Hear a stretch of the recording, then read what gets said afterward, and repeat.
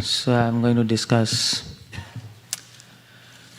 we'll speak on this seminar, Srila Prabhupada books, simple yet deep. I hope everybody knows me, like there's no need of introduction, no? So that's be fine enough. Okay, so Hare Krishna. So yeah, we are discussing this topic, simple, Prabhupada books, simple yet deep. I'll just tell you why I want to do this seminar first, and then we can go in this seminar quickly. But before that, we all can chant. Om Namo Bhagavate Vasudevaya. Om Namo Bhagavate Vasudevaya. Om Namo Bhagavate Vasudevaya.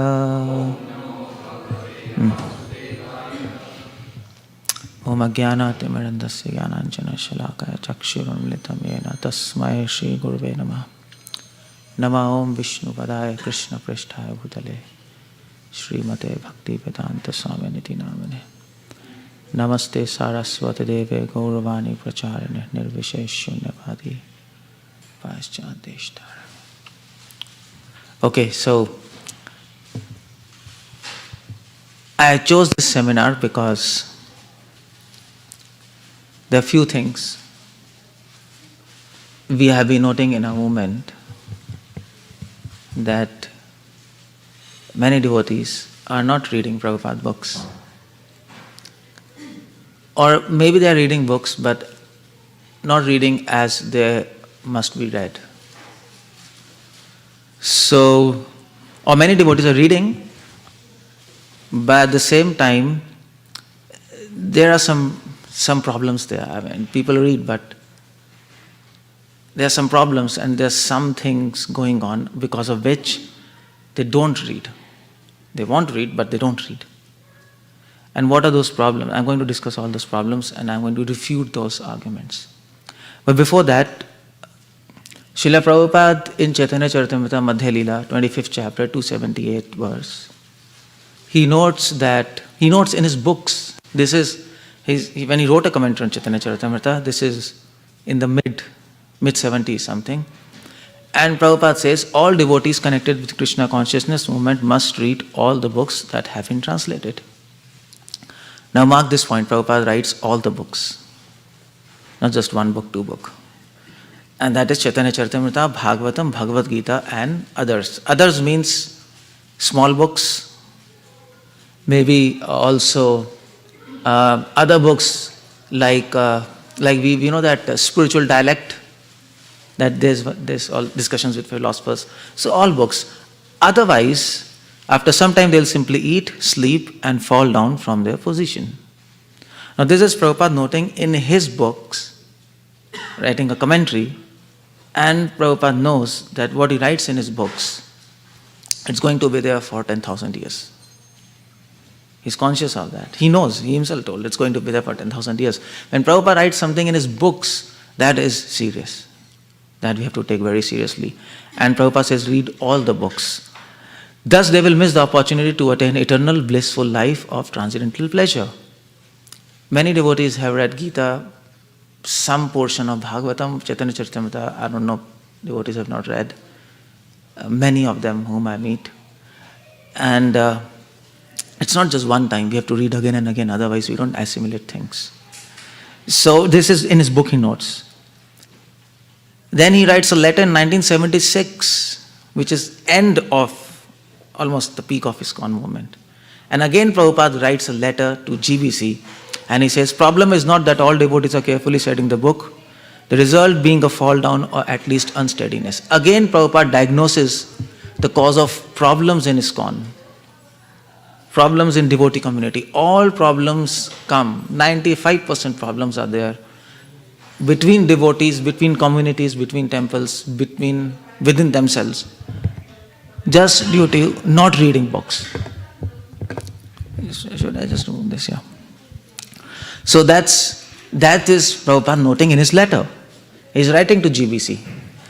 And then in 1972, he wrote a letter to Hamsadut Prabhu.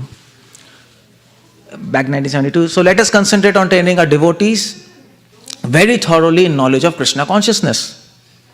Prabhupada notes this is a problem, devotees are not reading books. He gives a solution. That we should train devotees to read Prabhupada books systematically. Just now, previous to me, we were having 𝗦𝗍 courses, so systematic training, that's very nice.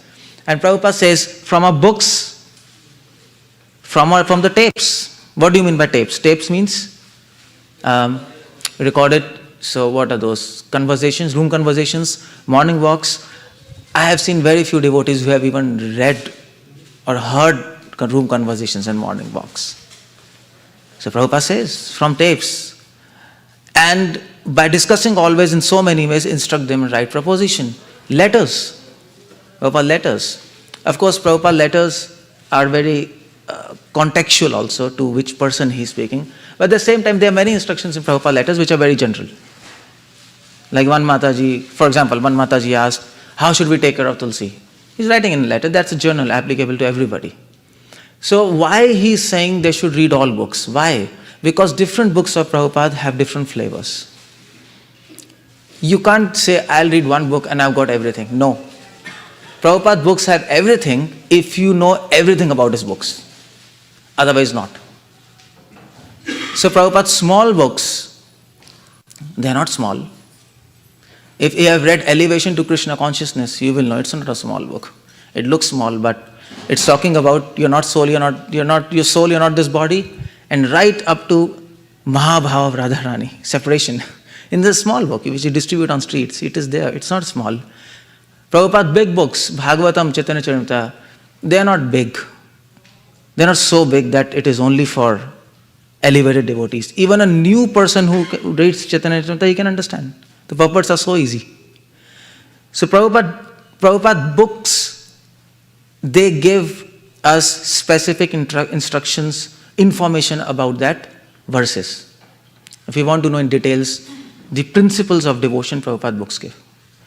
Prabhupada's small books, they give us realizations of Srila Prabhupada, because small books Prabhupada is speaking.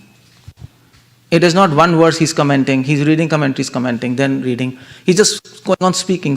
When a person keeps on speaking in a flow, you give a realization. Prabhupada's small books give realizations of Prabhupada. And Prabhupada letters gives us the fire of preaching. If anybody have read letters, you can't sit in a room, it's impossible. He's just pushing. You have to do this, you have to preach, you have to go distribute books, this. It's Prabhupada, all books have that preaching mood, but letters, it's very explicit. Very explicit. Go out, do this, do that. So I'll talk about all these things here. And then Prabhupada room conversations, they teach us how to preach. Because many guests are coming, they're talking to Prabhupada. Prabhupada is giving answers like that, which you can't counter-argue Prabhupada answers. So it's helping us how to preach. Prabhupada's morning walks, they help us how to understand different concepts in devotion, different complex concepts. Because many disciples are asking many questions, which we all have. They're already dealt by Prabhupada. So you see, every book has a different flavor. And you can't replace that. So, I'll come to this point afterwards. Now, the point is, why I am giving this seminar? What's the need of this seminar? I right away told that many devotees are not reading Prabhupada books. Why they are not reading, I'll just tell you. But the point is, why I wanted to give this seminar, because you see, anybody who talks something, he has to have some credentials, no? Is it? This is age of credentials, at least America, what is your credential? You're speaking on maths. Do you have a degree on maths? Otherwise, why should you speak? It's like that. So I thought I'll speak this seminar. Why? Because okay, fine. So I don't want to tell about myself, but it's just a matter of completing this seminar. The point is, I read all the books of all Vaishnava Sampradayas. And for reading all the books of all Vaishnava Sampradayas, I learned all languages.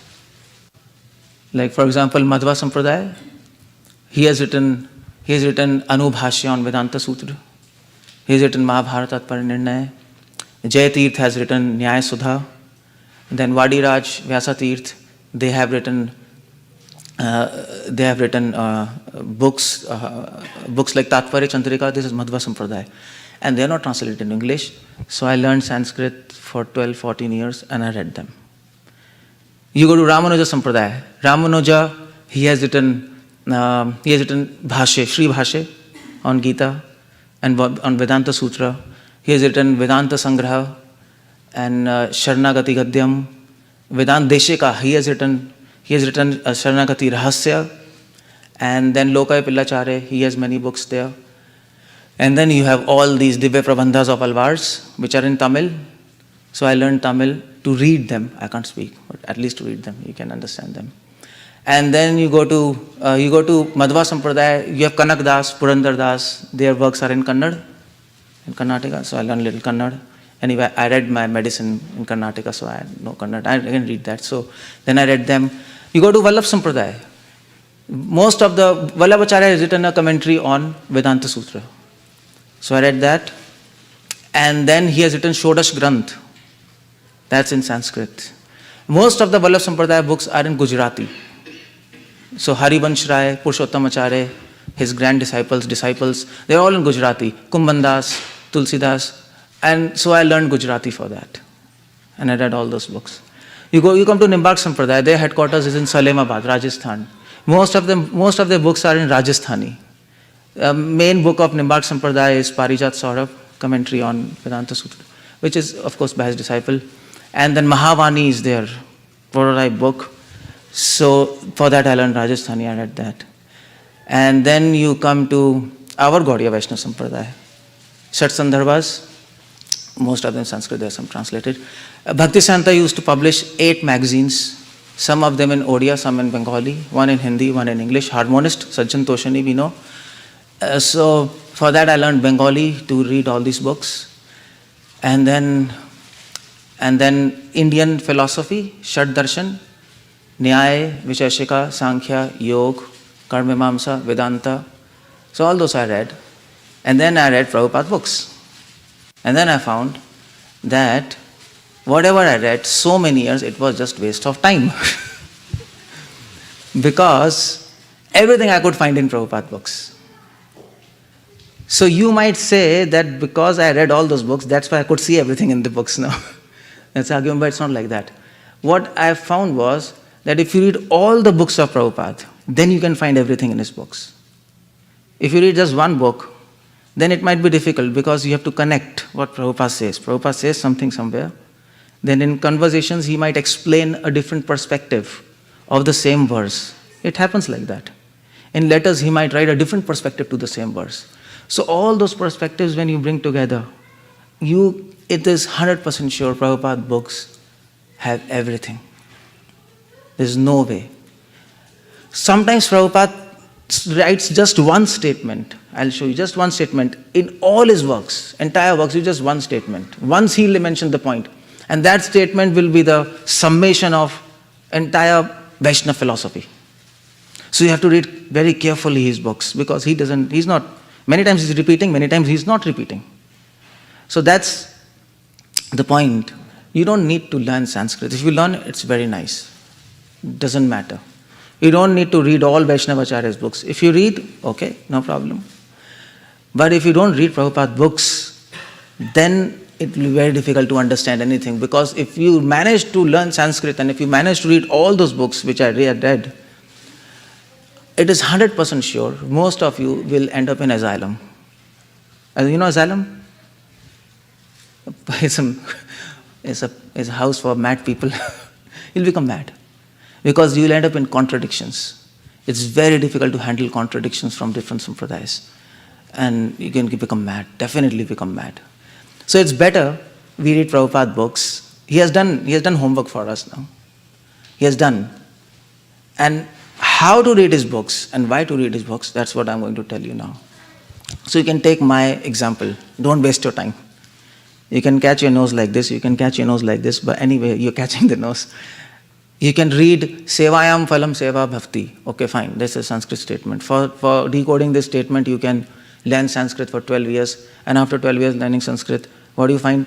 You find translation of this statement, reward of service is service. But that's already said by Prabhupada. What's the point of that? What's the point of learning Sanskrit? So I'm not saying you don't learn, but before you do anything, read Prabhupada books properly. Okay, and by Prabhupada books I mean Gita, Bhagavatam, Chaitanya Charitamrita, Prabhupada small books, letters, conversations and morning walks. All of them. You can't miss a single book. Because Prabhupada said, I quoted, Prabhupada said, read all my books. If you don't read all books, this is Guru Avagya. Is it? That's defiance of order. Prabhupada says, Prabhupada's every letter is important. You can't say this is important, this is not important. It's not like that. We might not be able to understand. Prabhupada said something somewhere. It is our small intelligence. We are not be able to understand, handle Prabhupada's statements. But when he says, it is said by him. Okay, why don't devotees read Prabhupada books? That's the point. That's what I noted. And here are 5 reasons I could get why devotees are not reading Prabhupada books. One thing is, many devotees think Prabhupada books are ABCD, not XYZ. They're simple. And it's not wrong to think, it's natural. When I joined movement, I also thought it's simple. It looks simple, no? Any child can also understand. Prabhupada is saying Krishna is supreme, cycle of birth, these old age, chant Hare Krishna, okay, done. I understood. It looks very simple. So, in fact, many devotees have left ISKCON on just this basis. They go to Gaudiya Math. Because Gaudiya Math people, they claim that they have something more to give than Prabhupada. Many devotees, even now in India, they are like in masses, 150, 200 people. Together they go to Radha Kund, Shyam Kund to get some higher knowledge, which they think it is there, according to them. So, that's why people don't read Prabhupada books. Maybe Prabhupada books are tailored for America, for Westerners. It is not for Indians. So this is the argument. This is one reason. Another reason is repetition. Is it? Prabhupada books definitely seem repetitive. If you have read Gita, like first time if you read Gita, you know what you think, at least I thought when I was new, Prabhupada has nothing else to say. I mean, every purport, Krishna is supreme. It always ends with chant Hare Krishna. No other point of what? Cycle of birth, this old age. What's happening, So they look repetitive. They seem repetitive. But they're not. I'm going to argue against all these points. And because they're repetitive and ABCD, it seems boring. Many devotees told me, I can't read it. It's just boring, It's boring. Same things again and again. After 20 years, I'm going to read the same thing. Krishna is Supreme Person. A cycle of birth that these old age. I know, Is there anything else? It happens like that. And another point is, Prabhupada books are not systematic. Systematic in the sense, we are trained in a way, our education is trained, okay, this is question, what is answer? 1, 2, 3, 4, 5 points. There are no points in Prabhupada books. He was just speaking, commentary. So it seems that Prabhupada books are not systematic. It seems that. That's not my stand. But it seems, because there are no points. Have you seen points in Prabhupada books? No. Okay, what is lust? 1, 2, 3, 4, 5. It's nothing like that. Prabhupada is just speaking. So because it's not systematic, people who are trained in modern education system, they don't connect with it. Mostly. So it seems, come on, there's no systematic thing. Sometimes something is coming, sometimes something is coming. So people read Prabhupada books, but they can't it becomes hodgepodge in their mind, and they forget it, let's have some other book. Maybe Bhakti Sandarbhas, there are points there. So you can read that, and so that's good. I'm not saying that's not good. But what I'm arguing against is Prabhupada books are systematic. You can't see that. And I'll show you today. How is that? And the last argument is, Prabhu, everything is correct.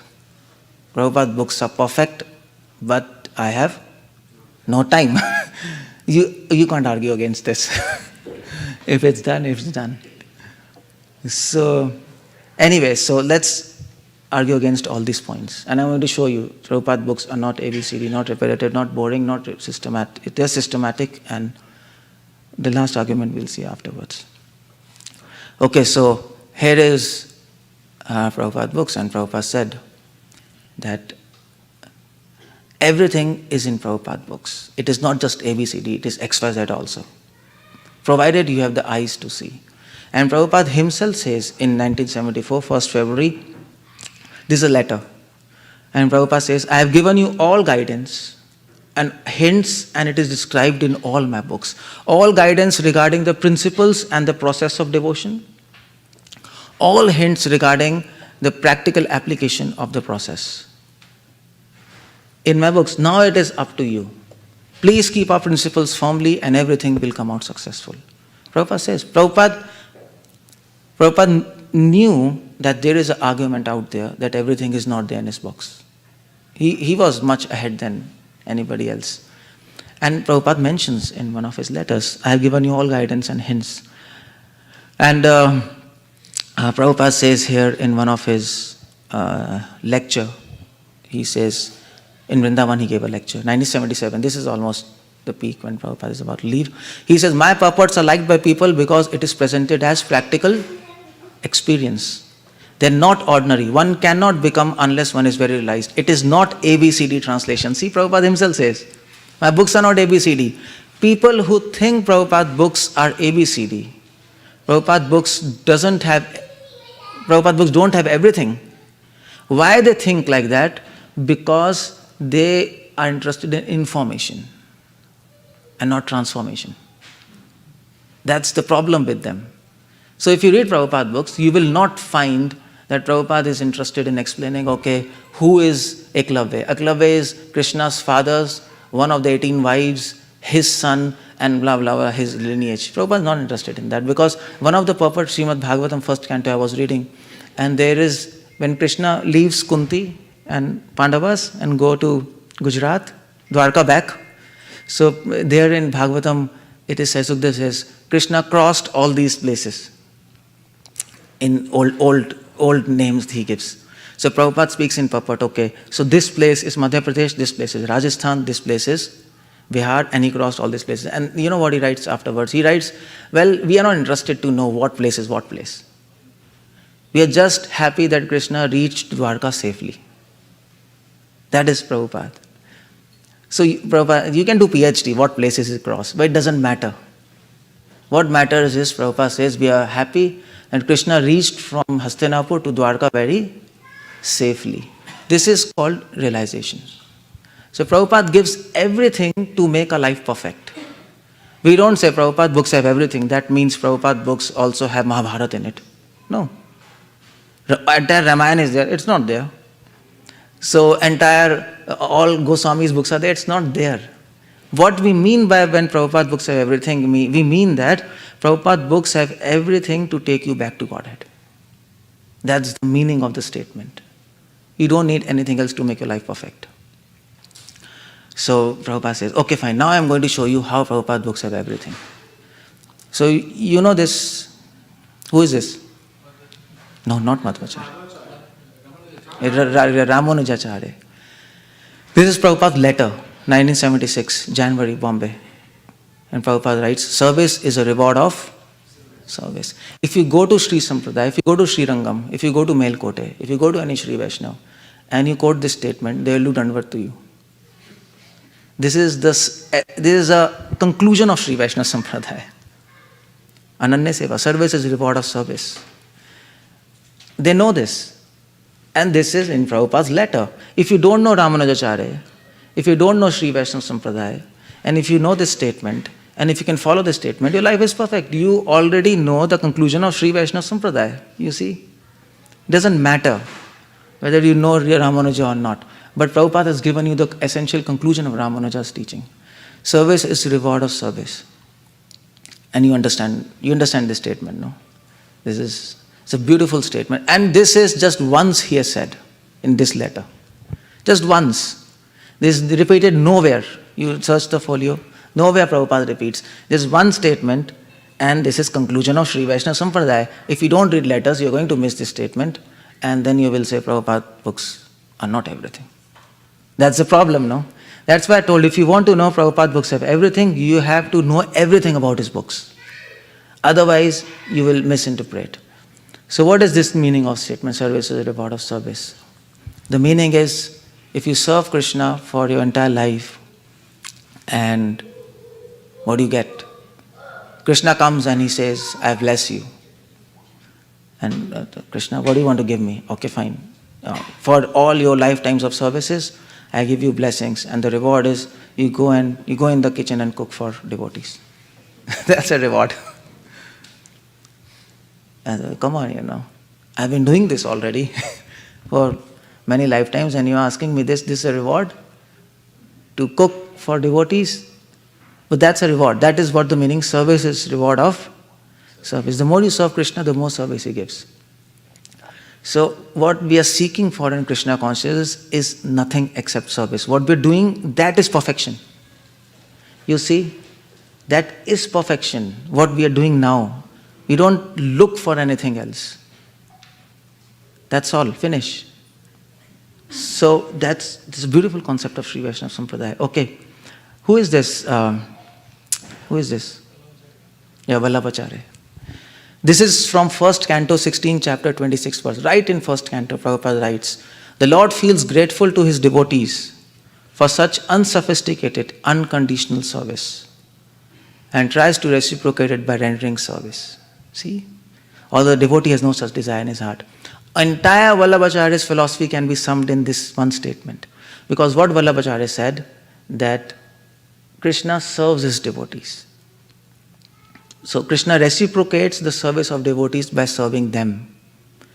In his mind, Krishna doesn't think I'm giving mercy. That's what I was telling. In his mind, Krishna thinks I'm serving my devotees. And that service, devotee offers service to Krishna, Krishna offers service to devotee. That is called Pushti Marg. That is 𝗪𝗲𝗪 Sampradaya. Nourishing each other by service. And Prabhupada says here, Lord feels grateful to his devotees. This is excellent. This is what is Vallabh Sampradaya. Lord feels grateful to his devotees for service they render. Although he doesn't need to feel grateful. I mean to say, what kind of service we are doing? Our service is almost negligible, and that too, half the time we are sleeping and doing nonsense. But still Krishna will feel grateful. So 𝗪𝗲𝗪, this is his nature. According to 𝗪𝗲𝗪, Krishna is not just strict or strong and powerful, like he's fighting with Jarasandha, very elegant. He is also very humble. That's the nature which 𝗪𝗲𝗪 revealed to this world. He's humble and he feels grateful for whatever devotee does to him. He neglects. Yeah. I feel like an alien when I'm not used to that. So, this is just once Prabhupada mentions, right in 1st Canto. I don't know whether you have noted this or not, but this is right in 1st Canto. People who read 1st Canto probably might have missed it, overlooked it. And that is why, please read Prabhupada books very carefully. Every statement of Prabhupada is not written by Prabhupada. It is written by Krishna. You have to take it like that. Prabhupada always said, my purports are ecstasy. He said, no. My purports are ecstasy. Or is he just like saying in a poetic fashion? No. For him, it is happening like that. And when Krishna is writing something, you have to take it seriously. You can't miss even a full stop. You can't do that.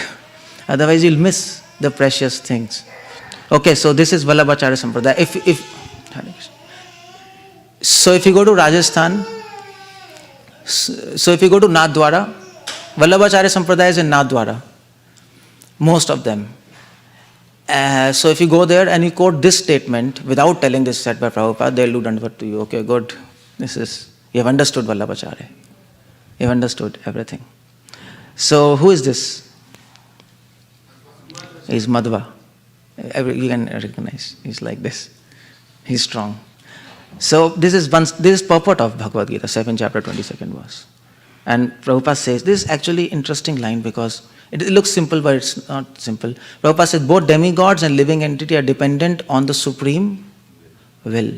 They're not independent. This statement summarizes Madhva philosophy. So you can go to Udupi, Madhva, and you say this statement.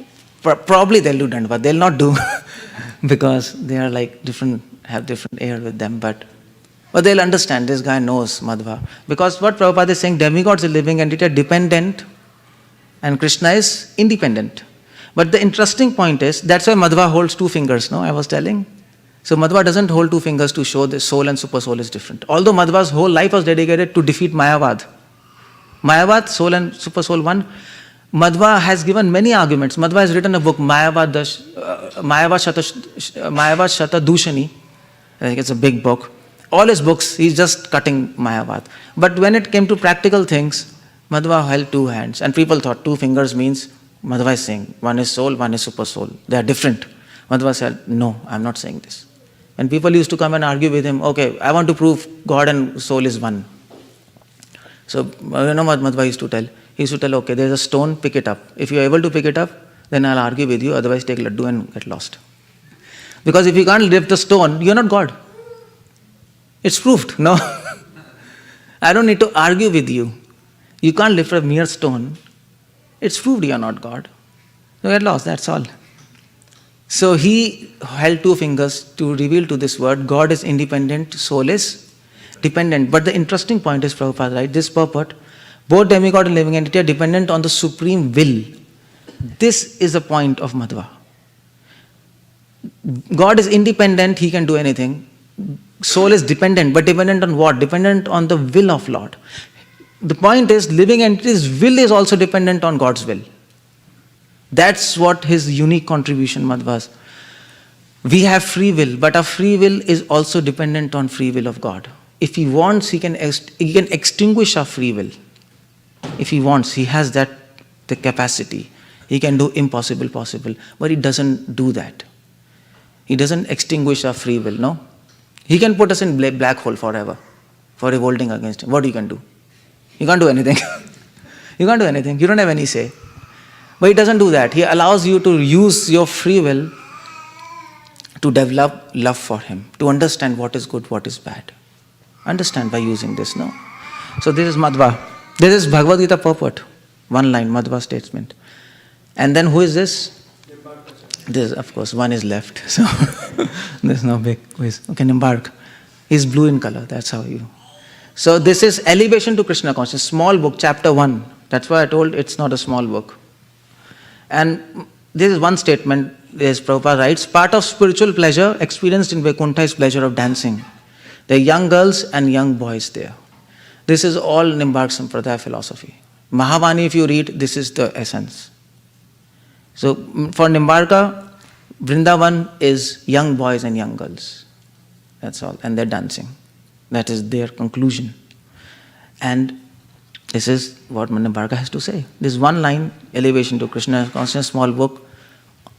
So, Prabhupada books pretty much summarizes all the philosophies of all Vaishnava Sampradaya in just one statement.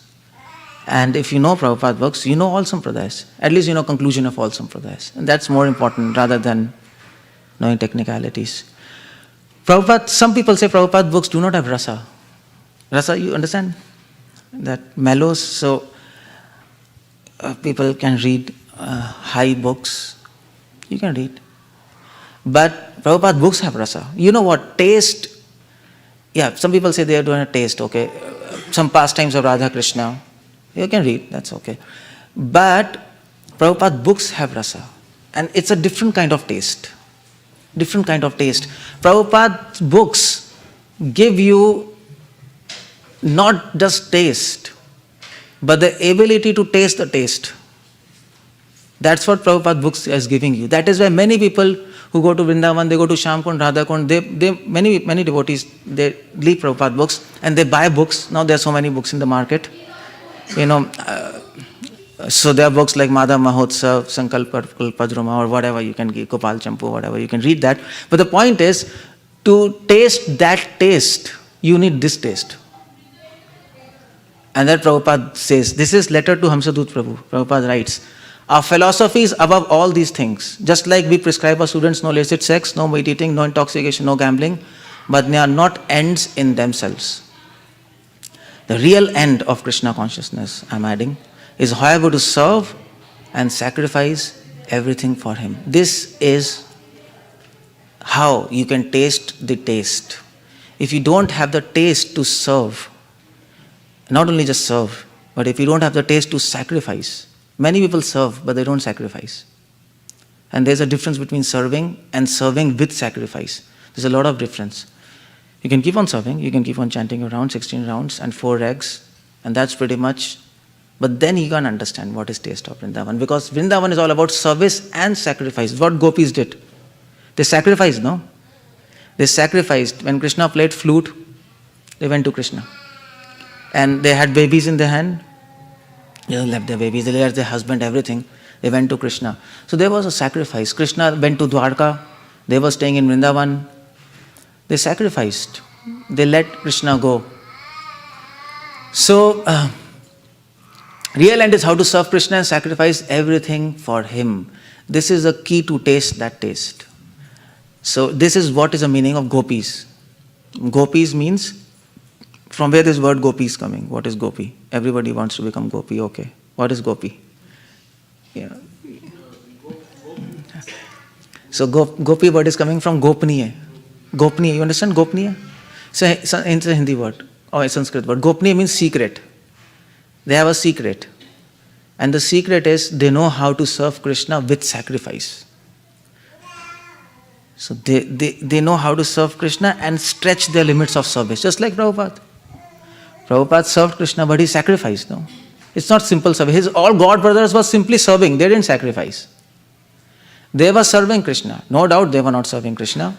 His God brothers, Gaudiya Math, they were in Vrindavan, they were doing everything, but they didn't sacrifice. Prabhupada sacrificed his life, definitely his life, his time, his everything for Krishna, and that's why he could understand the taste of gopis. That's how you become gopi. You don't become gopi by wearing sari or whatever, or maybe artificially. It's happening in ISKCON. Seriously, I went to Vrindavan, Radhakund, and there was one foreign devotee. He was in ISKCON, but he left. So, and he was standing like this, in one leg. I asked him, what happened, Prabhu? And he told, I'm peacock. I'm practicing to become peacock. I said, what happened? And he was saying, caw, caw. I said, what happened? He told, well, my guru told I'm a peacock. I'm practicing to be peacock because when I go to Vrindavan, I should have practiced, This is real. This is not story. So many people have this concept of Manjari Bhav, Gopi Bhav. That's not wrong.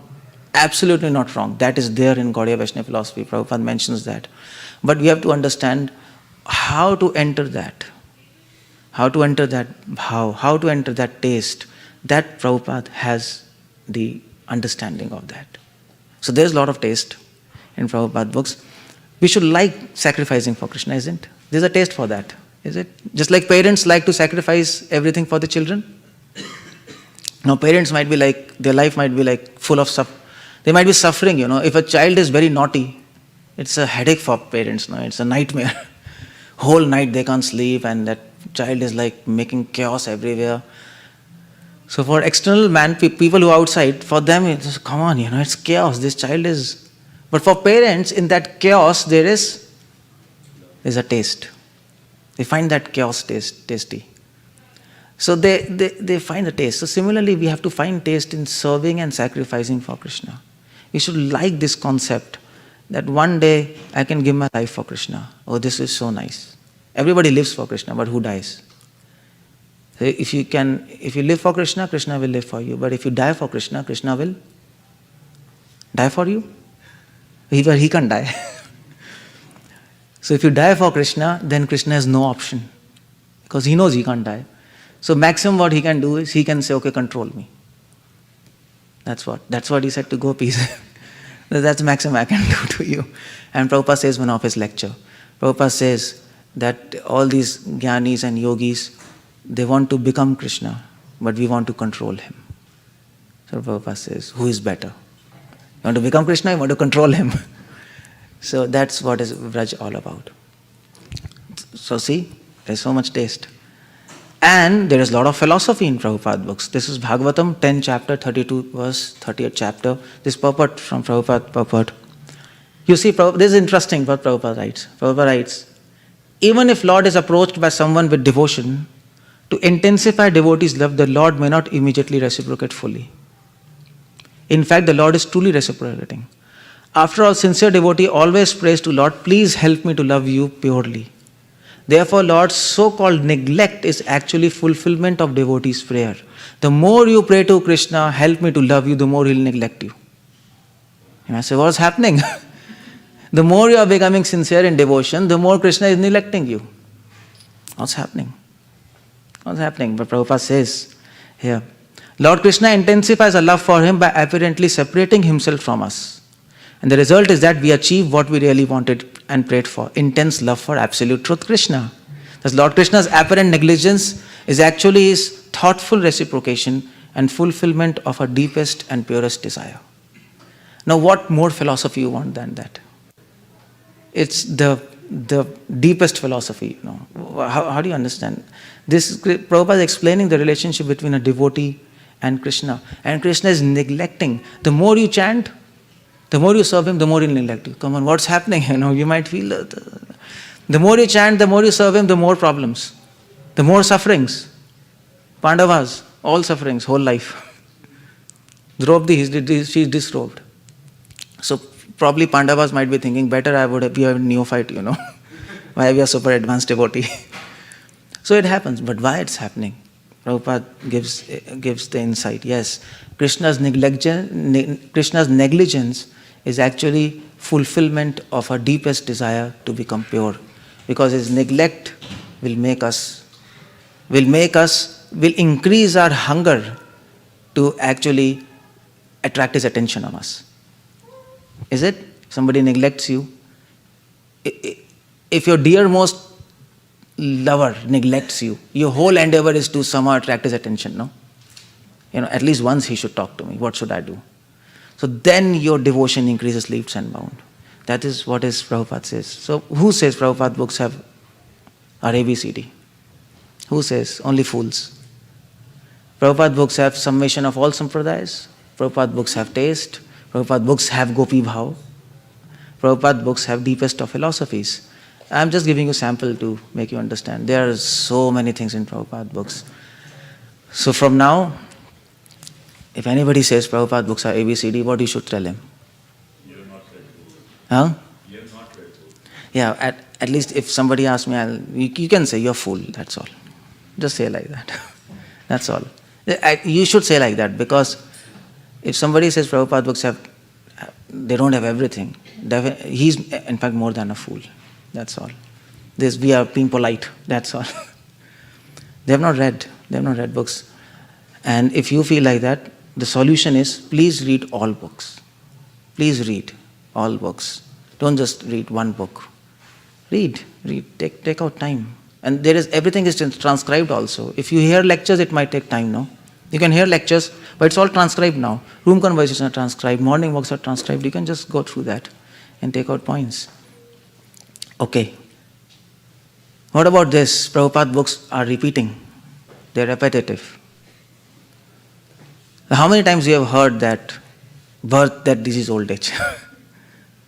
I mean to say, they have heard so much times that now it doesn't seem to be dangerous at all, It's okay. That's okay, we know this. It's nothing so dangerous about birth, that is, old age. So, but you see, when you read Prabhupada books, see, when I'm giving this seminar, please write the tips. I'm also teaching you how to read it. So the first tip is read all books. Otherwise, you'll not be able to appreciate his books. And the second tip is read very carefully, because sometimes Prabhupada speaks just one statement, that's it in entire book. He'll not repeat. And that will be the summation of all philosophies. Read carefully. And third is, please write notes. Please write notes. And fourth is, when you read some Prabhupada books look repetitive because you don't read in context. You have to read his books in context. So many times Prabhupada has said birth is the old age, but in different context. In different context, same statement has different meanings. You see, there's a difference there. Suppose if I say to you, 1 plus 1 is 2, first statement. Second statement, 1 plus 1 is 2. Is there any difference? Any difference? Yes or no? What's happening to you all? It doesn't seem like that, no? 1 plus 1 is 2, 1 plus 1 is 2. No. But now I put this statement in context. First statement is spoken by a child. And second statement is spoken by a chartered accountant. Now it matters. First statement, 1 plus 1 is numbers. He's learning counting. 1 plus 1 is 2. For chartered accountant, it is 1 crore plus 1 crore. So 2 crores. 1 million plus 1 million. 2 millions. For him, 1 is not a number. 1 is money. So when you put things in context, meanings change. So when you put this statement, same statements of Prabhupada in the context of the verse, meaning will change. Everything changes. Every verse Prabhupada is speaking birth, that is old age, but every verse, this statement has a different meaning. And I'll show you how it is different. This statement comes in Bhagavad Gita, 7 chapter, 29th verse. We know 729. Anybody knows? Oh, you have been doing Bhakti Shastri. What's that verse? 729.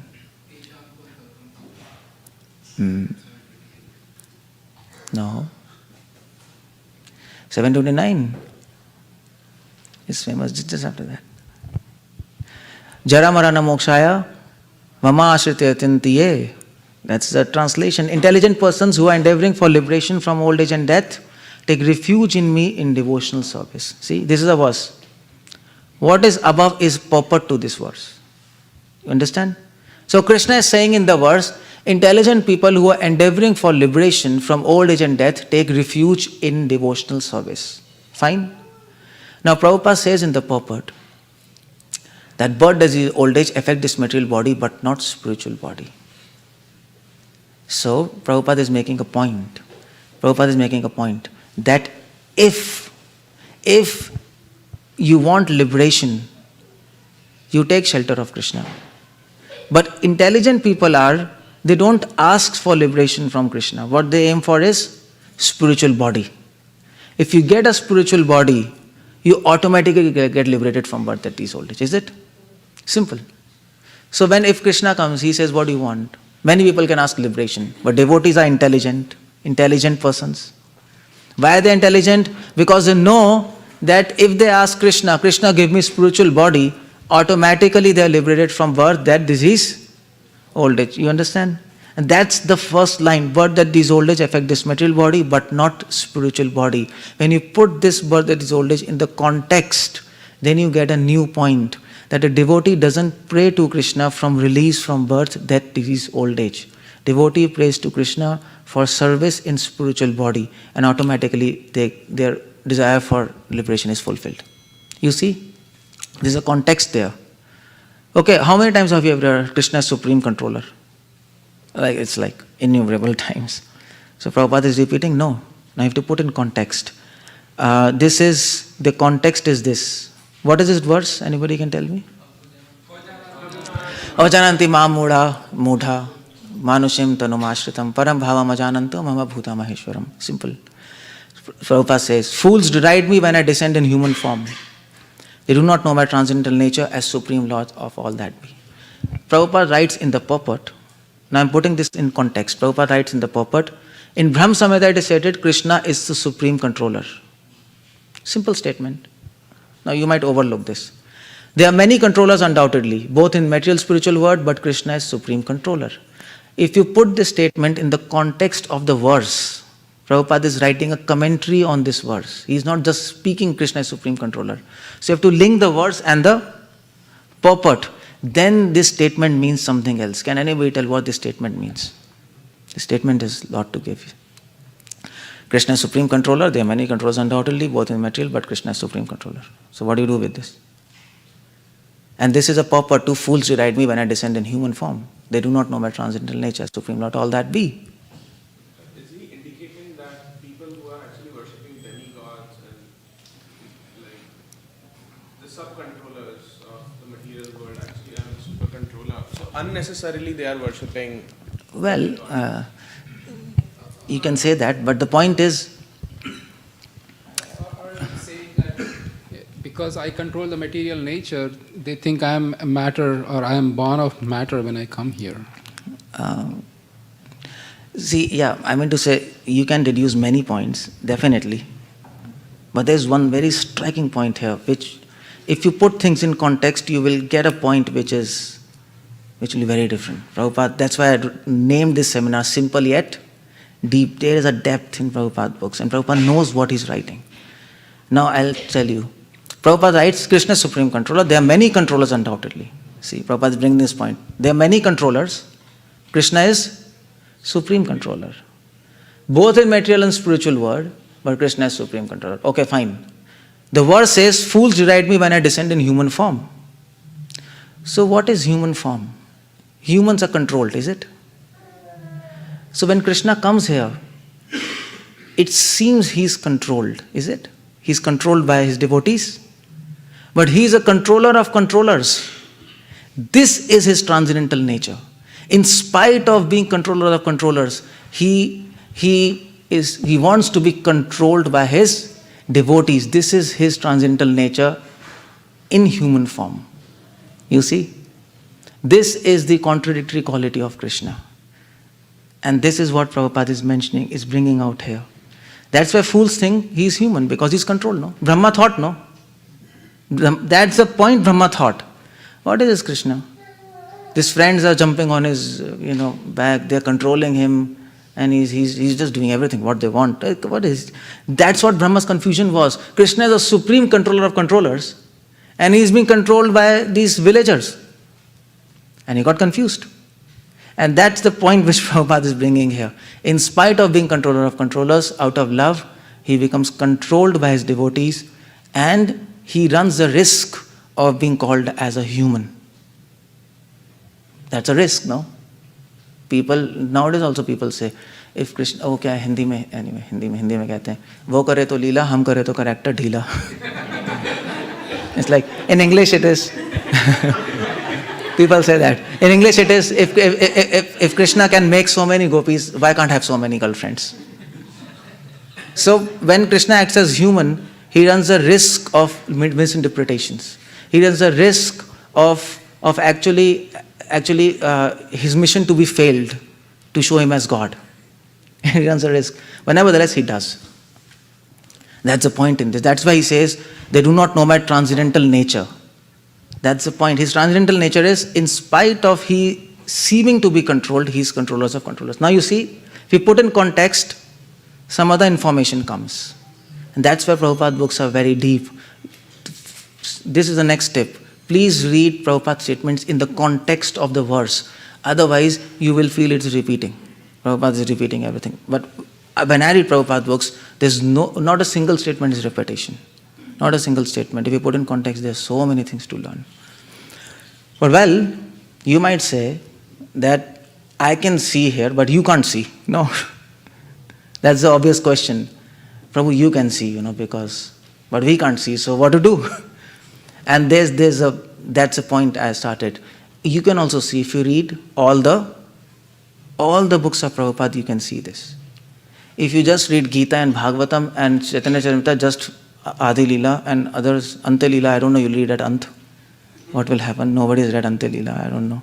So if you don't read Prabhupada books, then you will not be able to figure out all these things. Because Prabhupada, by reading all books of Prabhupada, letters, conversations, morning walks, then our consciousness expands.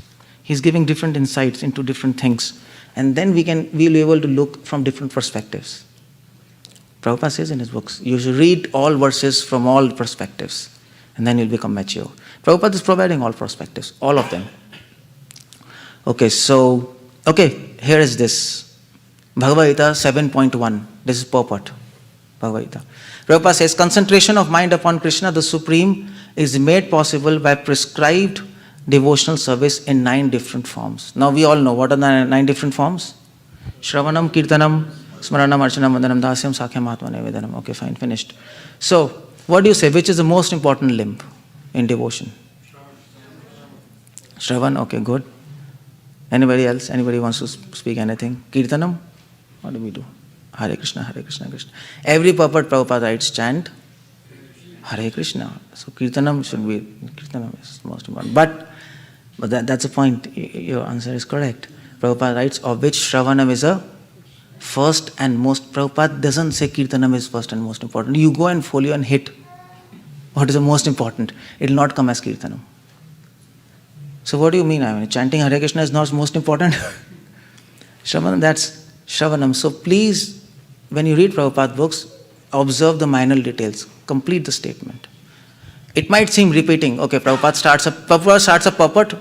it's just going same. And tendency is to, okay, finish, go to next. No, chalo, we know, we know birth and death. Oh, it's a small thing. Okay, let's go to next. That's a tendency. But when you read the entire statement, read the entire paragraph, when Prabhupada builds a purport, there is an information hidden there. You'll get it if you read properly. Shravan is the most important. This might be shocking to you. It's not chanting Hare Krishna. It is hearing. Because if you don't hear, you can't chant. That's the point. I mean, you can't chant means, of course, you're finishing 16 rounds, but you can chant by mouth, but you can't chant by your heart. It's not possible if you don't hear. Okay, what about this statement? This is from Krishna book. Krishna book everybody reads. So what about this statement? This is said by gopis to Krishna. And Gopi says, we are simply your maid servants and slaves. Please therefore accept us by showing your beautiful lotus-like face. Simple statement. Now this is Krishna book. You might have read Krishna book so many times. But what I am arguing against is Prabhupada books. People say Prabhupada books are not are repetitive. You might have read this many times. But no, in every statement, there are many layers of meaning. So this is next step. When you read Prabhupada's books, every statement has many layers of meanings. What can you see in this statement? Anything special? Or nothing? Or there's something special? Now don't say to me, you can see beautiful is something special. Everybody says. So I'm telling there are many layers of meaning. One layer is this, simple, accept me by showing you beautiful like lotus. But then, at least I can see at least 10 meanings of this statement. I can see 10 meanings. I'm going to give a seminar on that. You can tell me just one meaning more. Just okay, fine. Ladies first. Okay, fine. Yeah. Okay, full surrender. Okay, that's an obvious meaning, no? But I'm asking any other meaning, depth. You can go in depth. Well, we can say to Krishna that we are your servants, but he should accept. His reciprocation sums up the whole, makes it it's complete. Good. Yeah, that's a good meaning. Yeah, there are many layers of meaning, and this is good, nice. So this is one meaning. Yeah, please accept. Okay. Oh, you can speak in the mic. Yeah.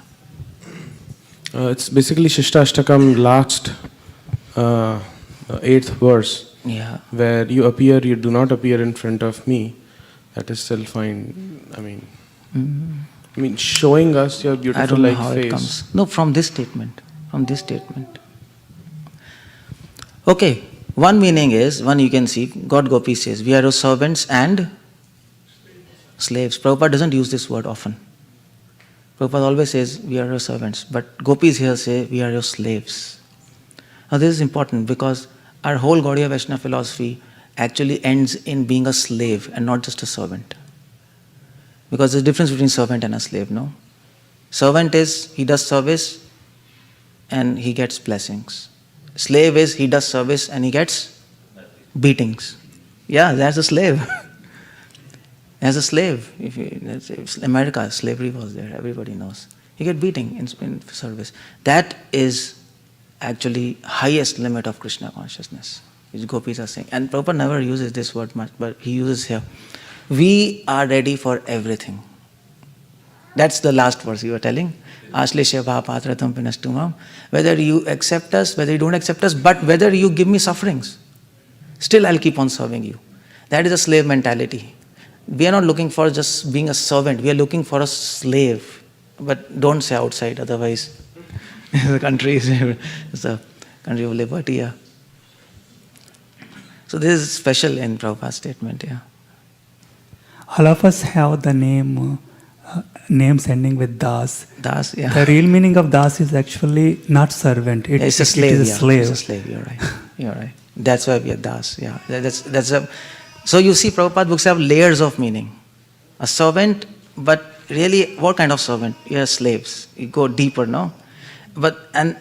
So that's one layer of meaning. Another layer of meaning is, Prabhupada says, gopis are saying to Krishna, Prabhupada is writing, please therefore accept us by showing us your beautiful lotus-like face. The point here is, there's a philosophical point here, a very deep point, that Gopis are saying, please accept us by showing your beautiful lotus-like face. The point is, if Krishna accepts you, what is the evidence that he have accepted you? Yes, he will reveal himself to you. Where? In his holy names. Or in his heart. When you chant, he will reveal. Then you know he has accepted you. Is it? If somebody accepts you, he'll come and meet you, no? He'll come to meet you. Oh, yeah, you are my friend, I accept you. So when can I come? That's the idea.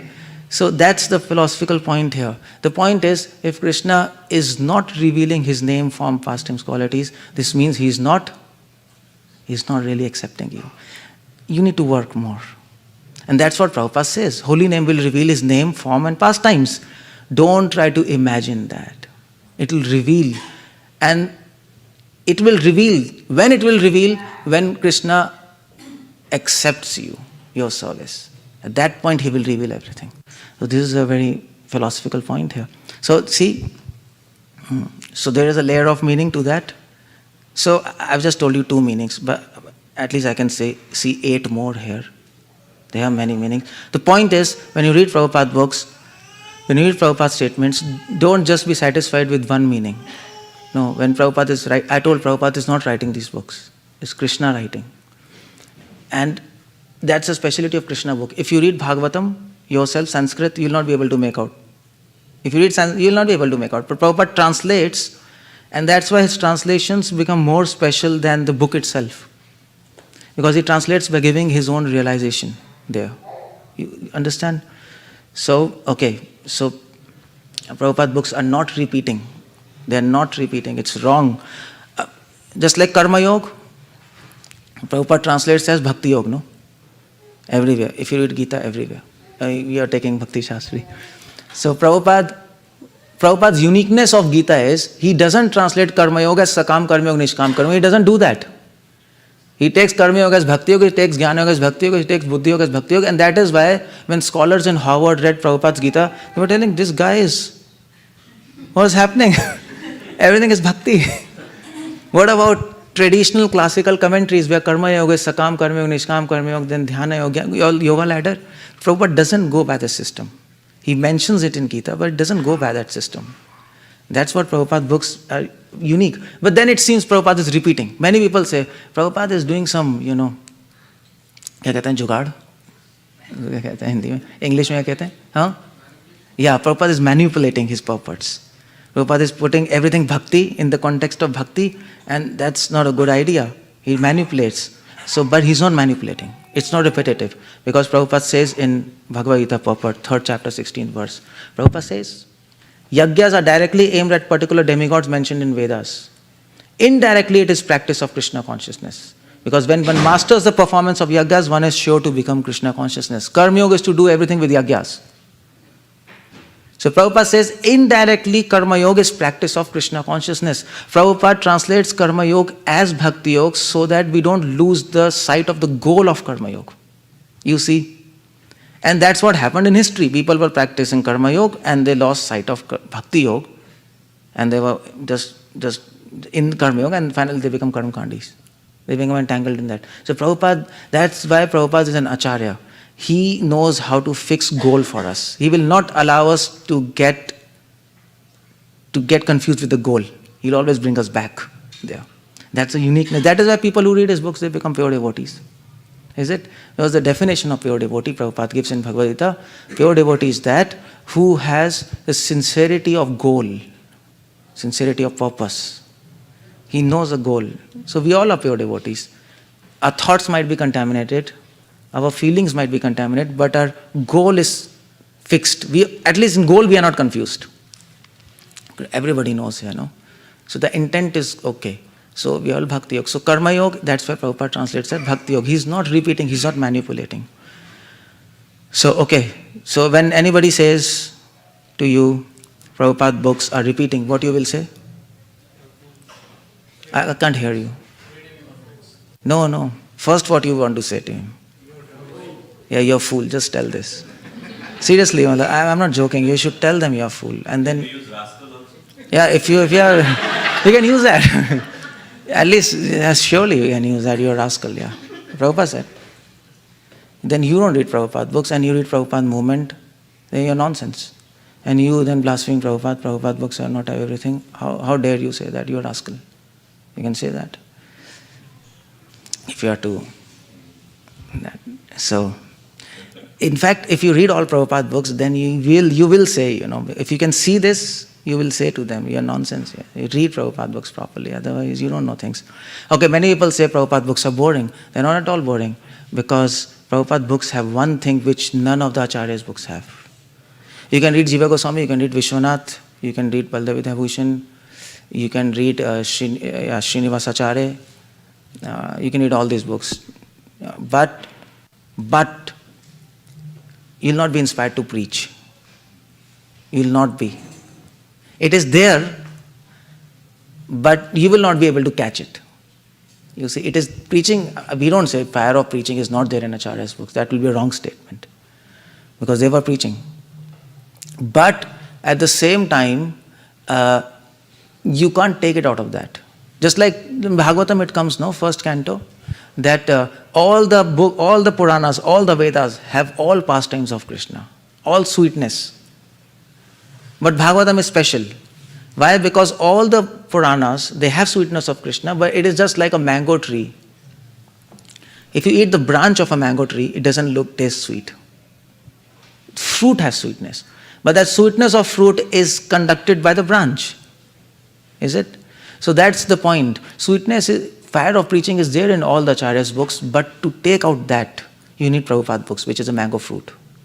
And he could understand. That is why nobody of his contemporaries, they didn't preach as Prabhupada preached. So Prabhupada books are not boring. If you read Prabhupada books, it is impossible to sit in a room. It is impossible. It is impossible to finish your rounds and be happy. You can't do that. If you read Prabhupada books, you want to finish your rounds as early as possible and go out and preach. You can't sit. If you're reading, so don't read Prabhupada books on 5th floor, because if you read, you might jump out of a window and go out, and Krishna is supreme. It happens, no? Prabhupada's time it happened. All the disciples of Prabhupada, they were so enthused, because Prabhupada was personally there, so he was giving that fire. So by a moment, preaching has gone down. We all know. It's going down. Let's not hide the reality. It's going down. I came to America and I was a little disappointed, because very few. This temple is good. There's book distribution, preaching, but most of the temples in America, they are practically, I can use this word, they have become haunted. There's no preaching. Things are not as when in Prabhupada's time. That mood and mission and that fire is not there. Why? Because they are not reading Prabhupada books. They are not reading. If you read letters, you can't help preaching. You read letters, go today and read letters of Prabhupada. Every letter Prabhupada is saying, just preach. There's nothing else there. Open centers, do this, do that, do this, I give you. What do you do? Prabhupada says in this, Prabhu, one thing. Can you just, my battery is going to get over, and there's a problem there. I don't have a charger, I think. Oh, this is a charger. But then I have to take out this. The power? Maybe it will work. Okay, let's see. It's gone. Okay, I'll give you the pen drive, so you can put it there. What to do? This is Just you can figure out. So there's a pen drive. There's a seminar here. So Prabhupada books are fire of preaching. Prabhupada says in one of his letter, it will just come here. Just come. Prabhupada says preaching is always difficult. You cannot take it easy. Preaching must be a fight. And you say fighting is an easy thing. This is one letter, 1978, March 28. It will just get projected. So Prabhupada says that you say fight is easy. No, fight is not easy. Fight is difficult. So from Prabhupada's vision, preaching is fighting. From Prabhupada's vision, preaching is not giving lecture. You know what I'm doing now? Am I giving lecture? No. No, I am fighting with you. Your subconscious mind, I am fighting with that because you have so many ideas. Is it? So I am fighting with your ideas and I am refuting your ideas. No, Prabhupada books are not ABCD. It is not half hodgepodge. It is not repetitive. So I am counteracting. That's fighting, no? Is it? So Prabhupada books are fighting. Prabhupada always said in books, challenge philosophers, challenge scientists. Prabhupada said. And people were challenging. You're doing that. So why the challenge stop? Why? Why the challenge is stopped? I don't know. Because they are not reading Prabhupada books. That's the whole premise. If you read Prabhupada, every book, every letter Prabhupada is saying, challenge. Prabhupada is saying, refute all the wrong concepts in this world, all wrong ideas. That's what we have to do. For that we need to be prepared. For that we need to be inspired. And Prabhupada says, if you read Prabhupada books, Prabhupada doesn't say preaching is okay, good, nice. No, Prabhupada says, of course, we have another aspect of preaching. When we are with devotees, we might talk about the sweetness of Krishna. That's also good. But there's the other aspect of preaching. What's that? Prabhupada says, there are two things which a preacher does. Prem prachar, pashan dalan. We help devotees to understand what is love, and we oppose everything which confuses us to attain that love. That is pashan dalan. Is it done, Prabhu? Or you can just put this then. I don't know. Okay, so here is a quotation I want to show you. I don't want to speak now, I want to just show you. This is very interesting quotation. A statement by Srila Prabhupada in one of his letters. And then you can understand who is Prabhupada. Well, if you see Prabhupada's life, he had the fire of preaching, no? He had the fire of preaching. Entire life Prabhupada was preaching. In fact, even before going to America, 30 years he was preaching. It's done? Okay. So what should I do now? Now give me. Okay.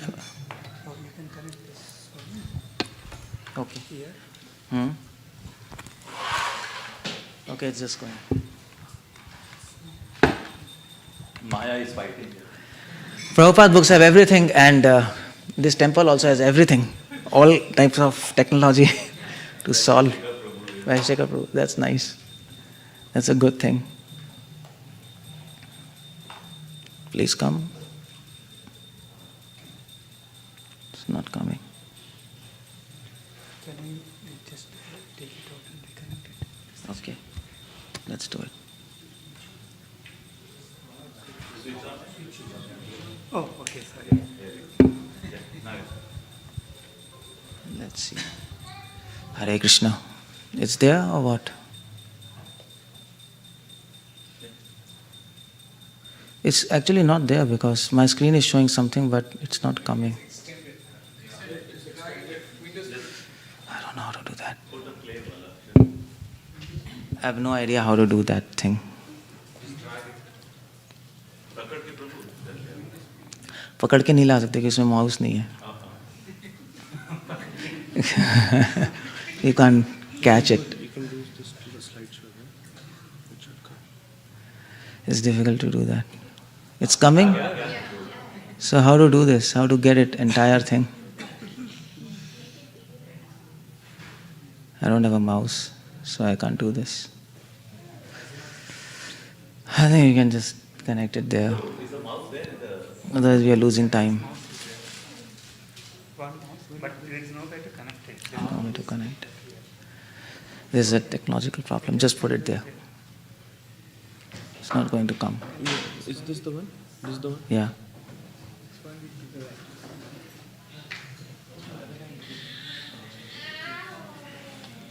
Can you just... Yeah, it will come now. How it's going to come? No, this is not the thing.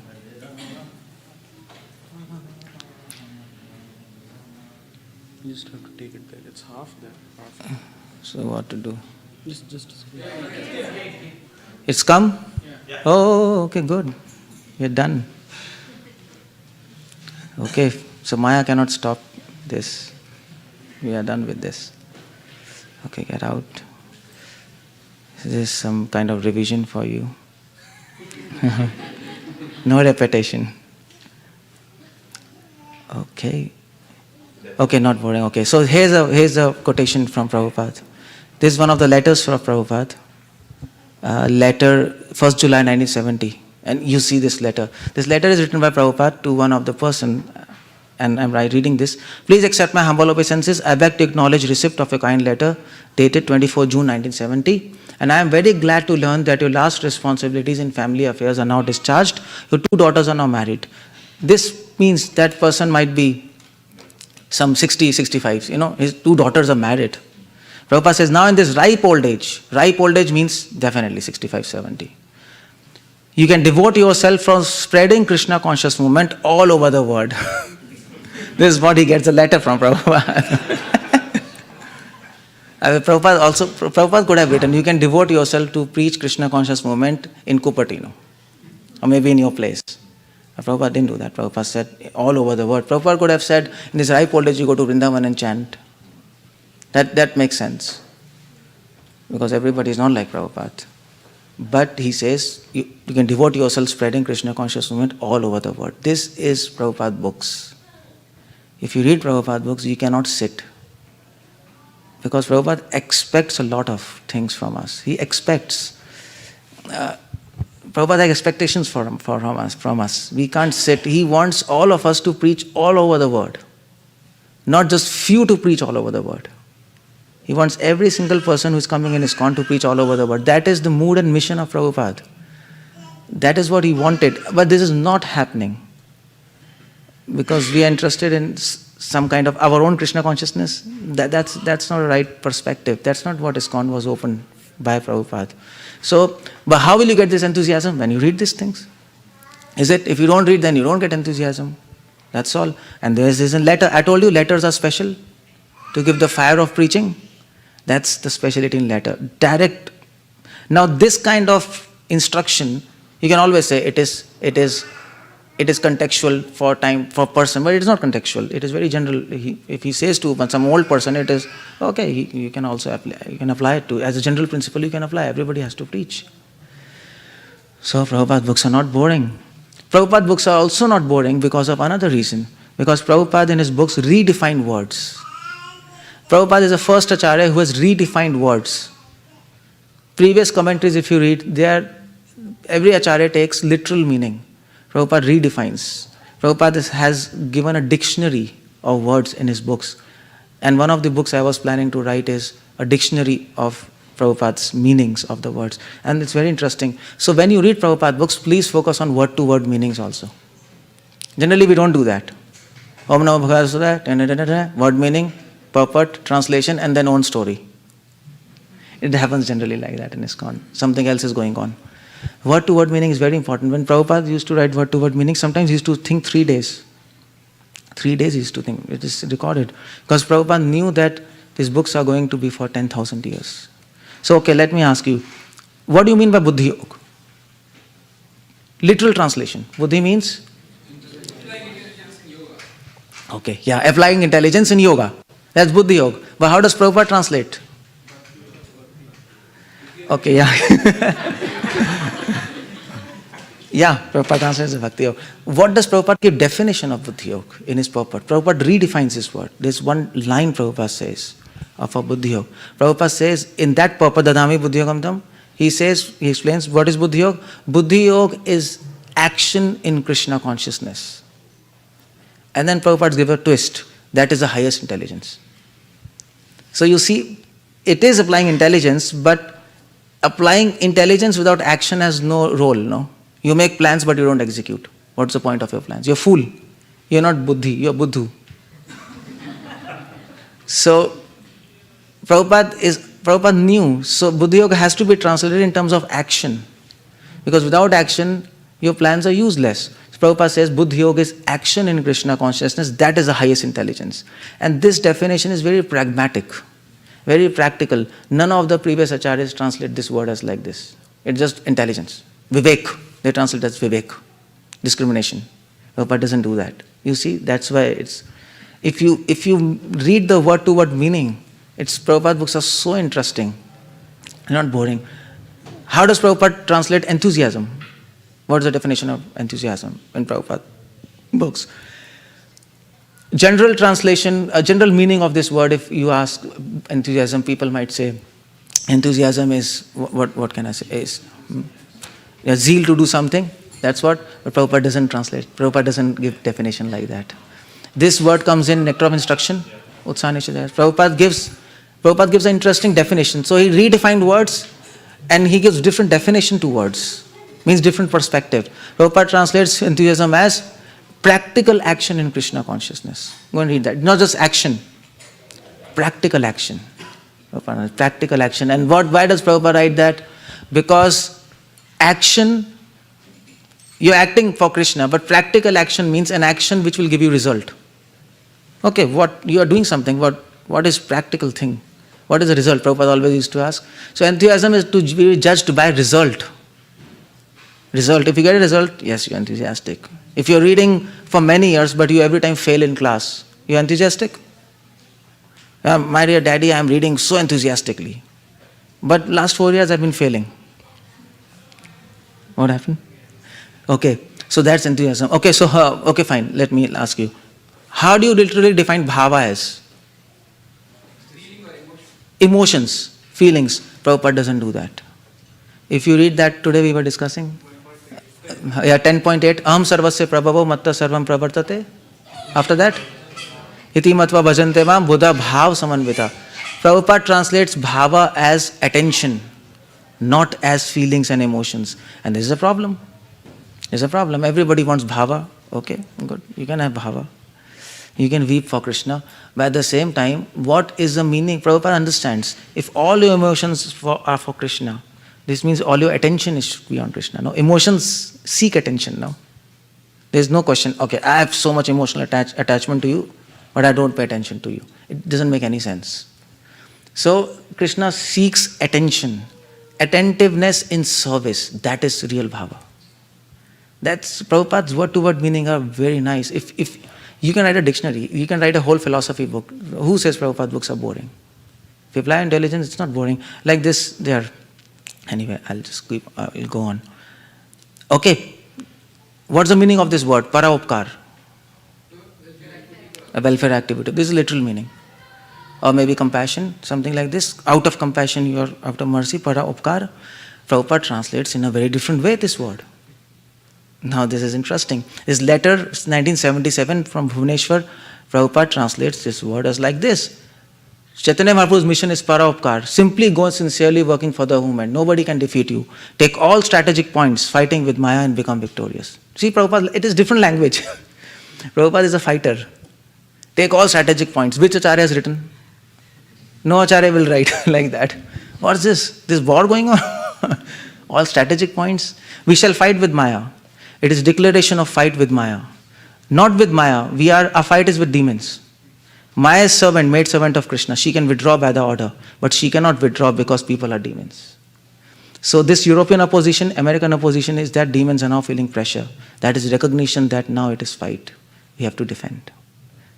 So at that time, there was a lot of preaching, a lot of opposition. Prabhupada said, yes, now there's a pressure. Now we have to fight. Prabhupada translates para-upkar as fighting. That is real compassion, no? What Arjuna, that was problem with Arjuna. Arjuna was saying, Krishna, let us be compassionate. Let us sit and not fight. That was his argument. Why should we kill? We should be compassionate. We should not kill them. Krishna says, you fool, your dictionary defines in a wrong way. Compassion means to save ignorant people from the stupid people, no? Is it? How can you save the planet by sitting in one forest and all these Duryodhan, they will conquer the world and spread all nonsense ideas? Real compassion is killing them.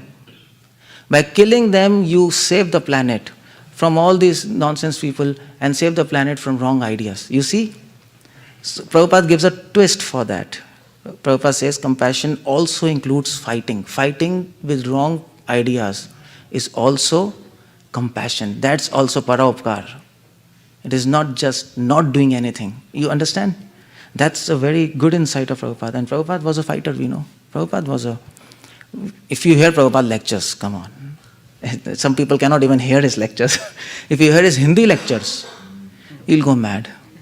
Like in Pandal, 10,000 people and Prabhupada is saying, Prabhupada is using such a kind of language the saint should not use. Prabhupada is saying, wo sala kya Bhagwan ko janta hai. In front of 10,000 people. How does this happen? This kind of language you are going to use that. And Prabhupada is using that. And many politicians are sitting. You know, this 𝗙𝗪𝗏 Maharaj and 𝗪𝗏 Maharaj, they brought many big politicians in that program. And Prabhupada in front of everybody. Prabhupada told these politicians nonsense, they are rascals. They are destroying country. And 𝗪𝗏 Maharaj, they're, what's happening, you know. And then what Prabhupada did, Prabhupada was speaking, this politician, Prabhupada asked, okay, you stand up. One minister. And he made him stand up, and then there was interrogation, you know, what you are doing, you are destroying country and this and that and that. And 𝗪𝗏 they couldn't even see you. After the program, I don't know whether they met these politicians or they could have just, okay, let them go. That was Prabhupada. He could not be deterred by anything. He knew this is fight. We have to establish truth. Truth you can't establish by... To establish truth, you need to be determined. It's not easy to establish truth, no? Satyameva jayate. You need to do something. Ram, he fought to establish Maryada. Krishna, he fought to establish Maryada. It doesn't happen like that. This is another meaning of Paravkar Prabhupada is giving. Keep in mind. So Prabhupada books are not boring. So if somebody says Prabhupada books are boring, what are you going to say? You are? That's all? He just told, yeah. You should say you are rascal. That's a good term. You can say more, but that's okay. That's fine. So, some people say Prabhupada books are not systematic, but they are systematic. You might not find a systematic presentation by Prabhupada. It is not there. Definitely. It is, you can't argue against that. Prabhupada doesn't say 1, 2, 3, 4. He doesn't say. But what Prabhupada gives a system to understand his books within his books. He acknowledged the fact that he doesn't have time. He has to speak and get his books out. But within his books, he gave the system to read his books systematically. Just like, for example, this is 13.1 purport. Just Prabhupada says, in first 6 chapters, Bhagavad Gita, knower and the body and the position by which he can understand Supreme Lord are described. So see, he gives a system. First 6 chapters are like this. All through Bhagavad Gita, you have read Bhagavad Gita. Prabhupada gives hints, no? Middle 6 chapters are talking like that. Last 6 chapters are talking like that. Prabhupada says here, 7th chapter. Prabhupada gives a theme of the chapter. In 7th chapter, we are talking about 7 types of people. Many subjects, these are 7 types of people in 7th chapter. Prabhupada gives what types of people Prabhupada is talking. Prabhupada is talking about sections. If you want to know about lust, 3rd chapter, 36 to 43 verse, he's talking about lust. If you want to know about faith, Prabhupada says in his purport, this verse talks about faith. Is it like that? He starts his purport like that. So he gives a system, okay, this verse is talking this verse, this chapter is talking this theme is this. All system is given by Prabhupada in his books. So if you read Prabhupada books, you can navigate his books systematically. Although it is not presented explicitly in a systematic form. Explicitly, I would say. Because if you read line by line, actually you will see Prabhupada is giving a very systematic commentary on his purports. Every statement is connected, one after one after one after one, if you read properly. Okay, what about the last argument? No time. What do you do with this? Anyway, before that, if somebody says Prabhupada books are not systematic, what do you say? Oh, still you are shy to say that? Even after understanding so much? You're a rascal, that's all. That's all you should say to him. Read Prabhupada books. Okay, if somebody says no time, then what do you do? That's a usual argument with all of us, no? We don't have time. We don't have time, genuinely. So what do you do with this? Even if you understand whole seminar and then you say no time, what should I do? So what's the argument for that? If you don't have time. If you don't read all Prabhupada books, you're not going to get what I am telling. What I can see, you will not be able to see. Because I can see because I read all Prabhupada books. I mean to say, I read Prabhupada books many times. I've read Bhagavad Gita some 4,000 times maybe more than that. Because I read very fast. We don't need to read so many times. I'm just telling you have to read again and again and again, because Prabhupada said everything, these books are me, no? These books are Prabhupada. So if you don't have time, there's just one thing. You have heard this? Where there is will, there is a way, that's all. You have to take out time. If you don't have time, pray to Krishna, he will expand time for you, that's all. He can do that, no? And we all can sense that. When all of us joined Krishna Consciousness, somebody told you, please chant Hare Krishna mantra. Okay, Prabhu, how many rounds? Start with 1 round, is it? And you had the same job, same wife. Of course, yeah, you should have that. Perhaps. Same house, everything same. But you were chanting 1 round, and that too with difficulty. But then slowly, in 2 months, 3 months, you got to 16 rounds. Same time, same setup, same everything, but you're chanting 16 rounds. How is it? How is it? It's a miracle, no? Why? Because Krishna expands time. He can do everything without you knowing that he's doing that. He can do anything. He can expand, he can shrink. So for sincere devotees, if you have a will, he will find a way for you. He will find a way. He will tell you how to do it. But provided if you have a will to do that, if you want to read all books, yes, I want to do that, he will give you a way. And you can do that. I presented this seminar in Omaha, Nebraska. So I presented this seminar, there were devotees. So I presented this seminar, this argument, there is will, there is way. So when Mataji told, yes, you're right, because when we go to job, Mataji, so you have a break for 1 hour lunch break. So he told, yeah, so I just got an idea. I'll just go in the car, I'll just finish in 5 minutes, rest of the time I'll read the book. I'll not waste that time, just eating lunch in 20, 30 minutes, enjoying that. No, save your time. So, see, where there is will, there is way. You can do that. And the more you read Prabhupada books like this, the more interest you will get. The more interest, that interest will pull you. It will make you read Prabhupada books. It will make you do that. Then you will find time. And it's going to happen. And that is why Prabhupada himself said in Science of Self-Realization, is said by Prabhupada, I shall never die, I shall live forever in my box. Thank you very much for listening to this seminar. Hare Krishna. So, okay.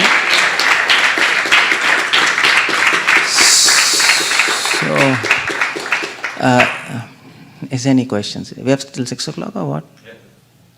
Is there any questions? Well, anyway, we are interrogating.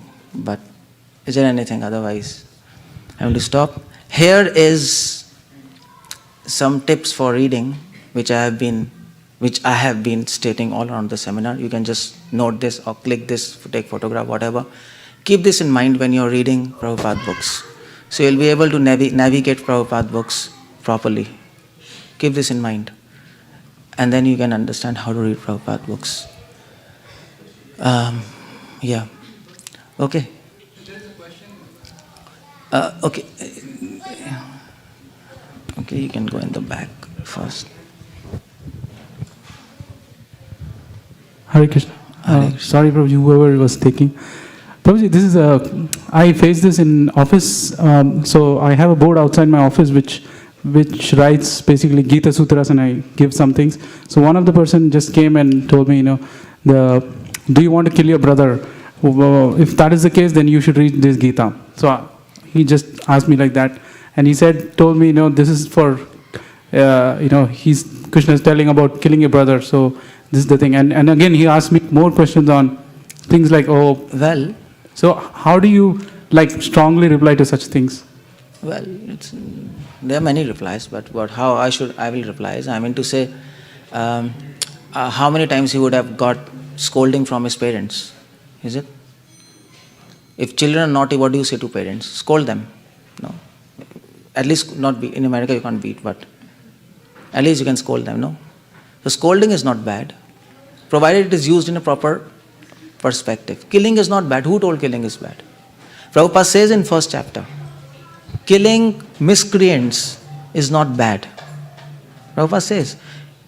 So killing has to be used in proper way. killing for establishing dharma, it's good. But killing your brother is not dharma, no? So he's misquoting, he's misunderstanding Gita. That's all. So you can, Prabhupada, first chapter, Prabhupada replies this, if you read properly. I can't see him. Okay, that's okay. Yeah. When you were talking about the fire of preaching slide when there, so just realized that in Bhagavad Gita there is a verse where in the purport Prabhupada is talking about non-violence, and he says that one who doesn't preach is a violent person. So he takes a different angle to everything he takes a different angle. It's a different thing what Prabhupada is doing. That's why his purports are very interesting.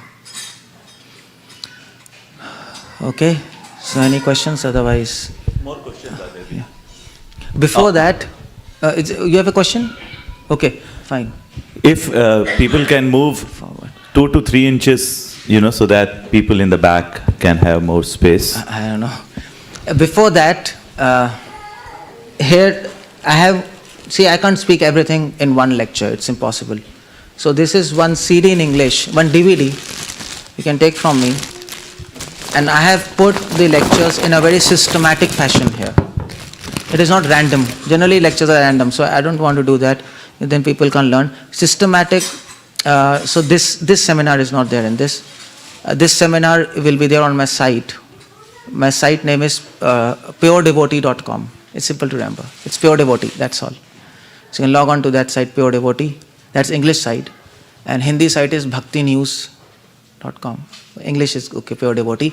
But many other lectures and many other systematic seminars on 𝗙liche, on other things from Prabhupada books, I have put it in this DVD. If you want, after this class, you can take from me. Okay, now you can ask me a question. Yeah. Hare Krishna Prabhu. I couldn't help but think about the various other books that are being circulated in ISKCON. Sometimes I feel the importance, the emphasis on Prabhupada's books is lessened by all these books that we see floating around by other gurus. Well, other gurus who write Prabhupada books, all of them Prabhupada disciples, they're writing books to help us approach Prabhupada books more, understand them more better. So would you say they are like an introduction to Prabhupada's books? They might not be introduction, but they might help us to penetrate them better.